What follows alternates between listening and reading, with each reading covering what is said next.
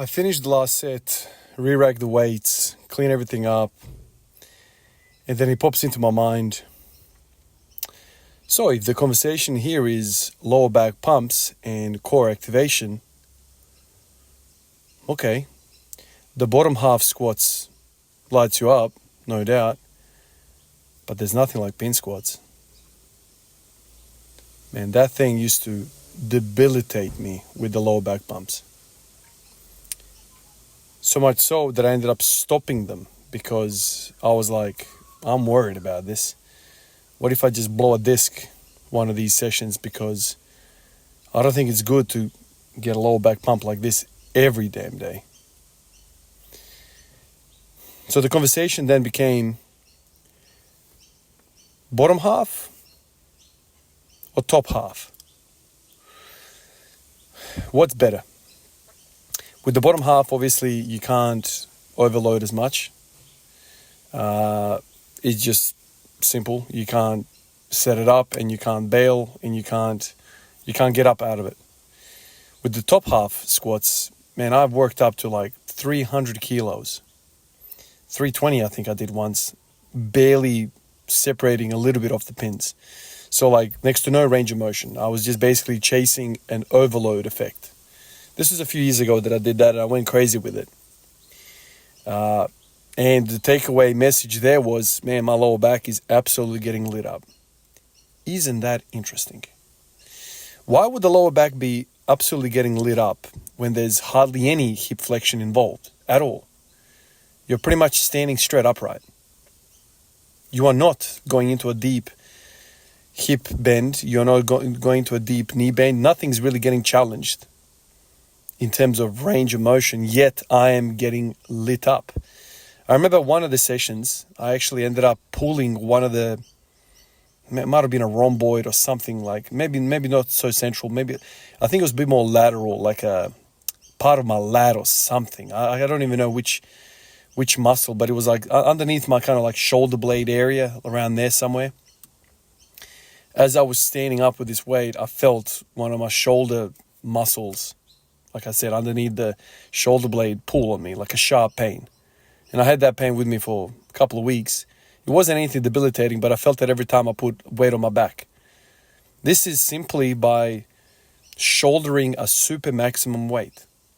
My lower back was getting lit up, probably because my anterior core was giving up and was not ready to brace against such a weight. And so I was going into an anterior pelvic tilt. Maybe tomorrow I will, maybe pin squats, but maybe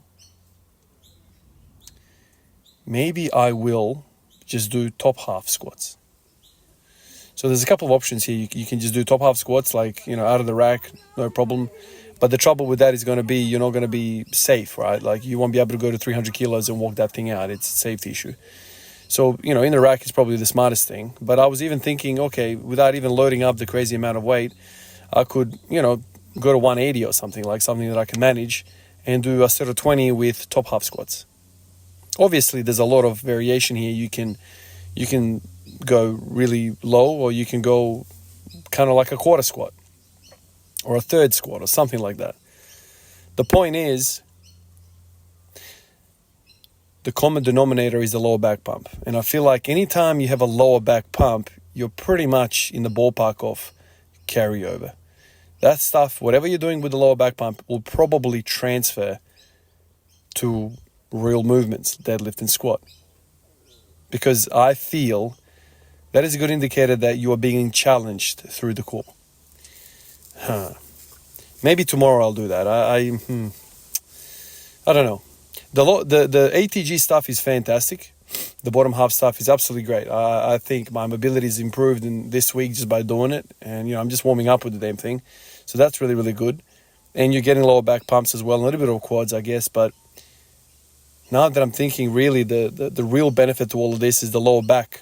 The core, the hip flexion, the psoas guys, iliacus, all of that stuff, like through their deep core muscles get really, really activated because you literally need to keep a flat back in a really deep hip flex position. So there's that long range stuff, but also there is really short range stuff with super maximum weights. Maybe just mix it up. So, yeah. The trouble with that is that pin squats are freaking expensive, and this stuff isn't. Like, I can do this every single day. Pin squats, nah, man, dude. Like, this is going to light you up like nobody's business. So it's going to have to be a case of maybe do pin squats occasionally. I'll have to be very careful with that, right? Because tomorrow is my bench day.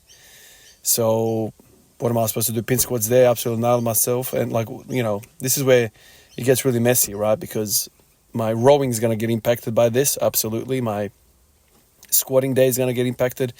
All of that gets impacted with such a dominant exercise. Something to think about at least. Appreciate you guys. I'll catch you in the next one. Peace out.